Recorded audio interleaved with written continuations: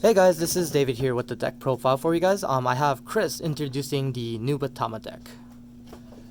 Alright, cool. So we only have one starter. We didn't get anything from that aerial steed set, so we're forced to play this guy. Where's the glasses on it? He needs to have glasses. Nah, we don't need glasses. Like Shingo. So I'm playing the Magatsu Storm build of the deck, where I can multi-attack during my turn. So the reason why I only played 3 is because I only wanted to play 10 grade 3s instead of 11 or 12 because I didn't want to have too many 3s in hand.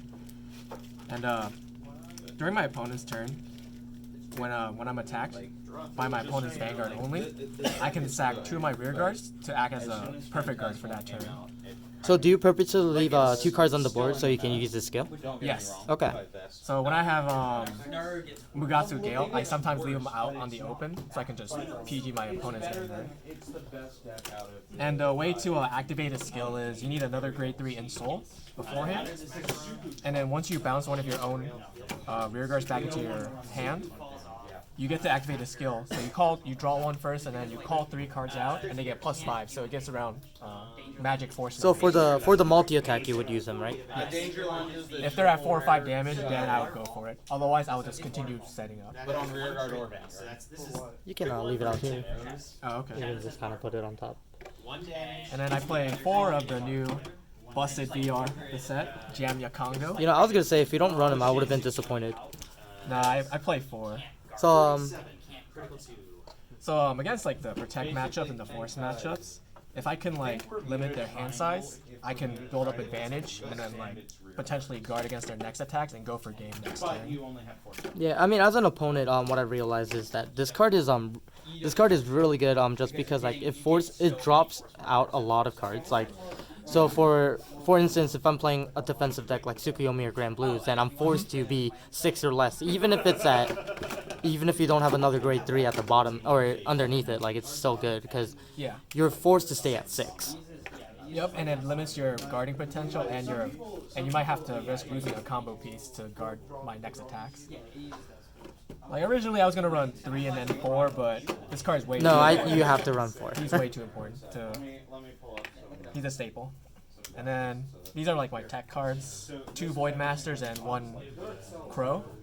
So the reason why I only run 1 Crow is because there are times where I won't have enough Soul or not enough PGs in hand to fulfill this condition. So sometimes I just opt to, if I get them, I get them. And what I don't know about Void Master, but like the Crow, it's definitely good, especially because a lot of the opponents they know about this card, so they drop their hand.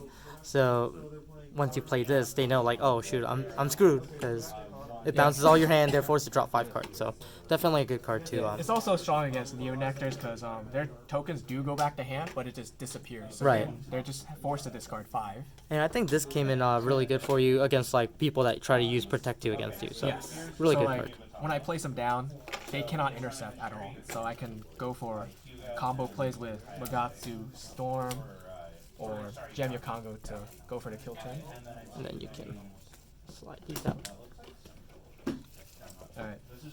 So for the grade 2s, we play 4 Magatsu Gale. He's a staple in all of your Nubatama deck for standard and premium because on Vanguard or Rearguard, you get the Counterblast and Soul Blast to get +6 and you draw a card. And you get to put in the soul so you get your soul back. Yes, and like you can bounce one of your cards back. So you can play a trigger as your booster, attack with it, and then attack as your rearguard. So you would bounce him, you put him in the soul, and then bounce your trigger back. So you're not losing anything out of it. And then we play 2 of the BCS promo, the Tengu. So how much did you pay for him? Not much actually. Oh, okay. So what he does is you soul blast 1 card from your soul, and your opponent may discard a trigger. If they don't, you get to draw a card. So they either lose a card to guard for next turn, or you +1, or you go neutral. And then I play 3 of the 12k vanillas because. Is it defensive factors or is it more for attacking reasons? Actually, for both because like if I have this guy in hand and I use my Magatsu Storm, like the multi-attack turn, he becomes like 17 and whatever boosted, it's like over 23k, so it hits magic numbers. And also people are gonna rush Nubatamas anyway, so I'd rather have something to at least block. And Nubatamas have a lot of shield in general, so I don't think you have to worry about him not having a shield. Yeah, but I also want to save cards in hand at the same time if I hit a trigger. And yeah, he's a really good card. And I play 2 of this boy. So you can soul charge early? Yeah. So if I have Ganya Congo and I just soul charge a grade 3, they're gonna go down to 4 right away. But he also gives power to anyone when I place him. So if I get +3 to my Vanguard, I get to soul charge 1. And he also triggers Magatsu Storm, so. Yeah. So when you attack at the end of the battle, you soul blast and then bounce him back to hand. So he's every grade 2. I want to try at least have something that bounces back to hand.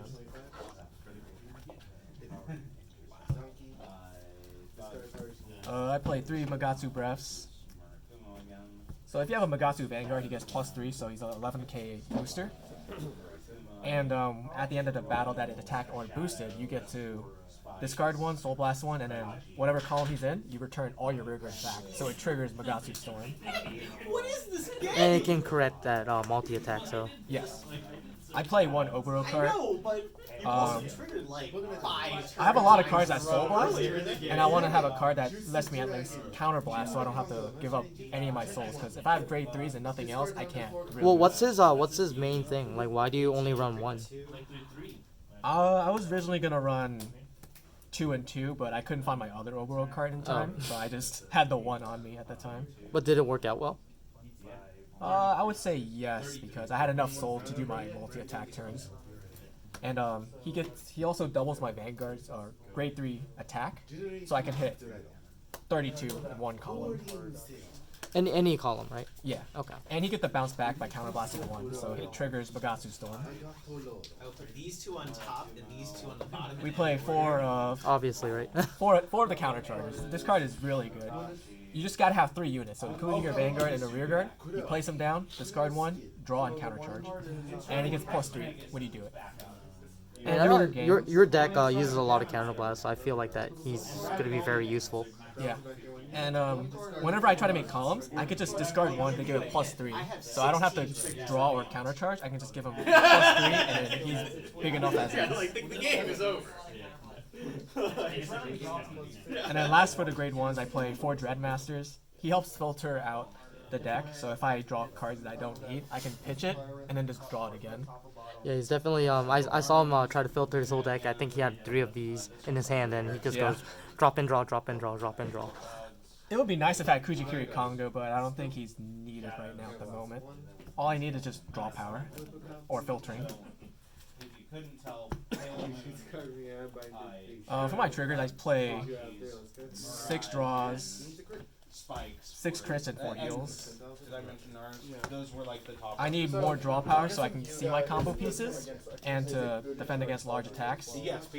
And 6 crits, I think it's well balanced. I think, because I mean, I think you don't really need too much crits because your opponents won't have anything to guard with anyway, so you can start poking them. So I think getting your combo pieces is definitely much important. Yeah, and I also want to do a little bit of damage, you know, at least threat and lethal, and shield value just to defend against big attacks. And so have you had any what's the hardest matchup that you have usually when you're playing Nubatamas in standard? XL decks. XL decks in general? Yeah.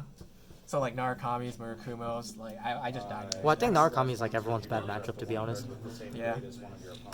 I try to, like, I always bounce my stuff back so they don't bind any of their stuff, or my stuff, so they don't get advantage or pluses.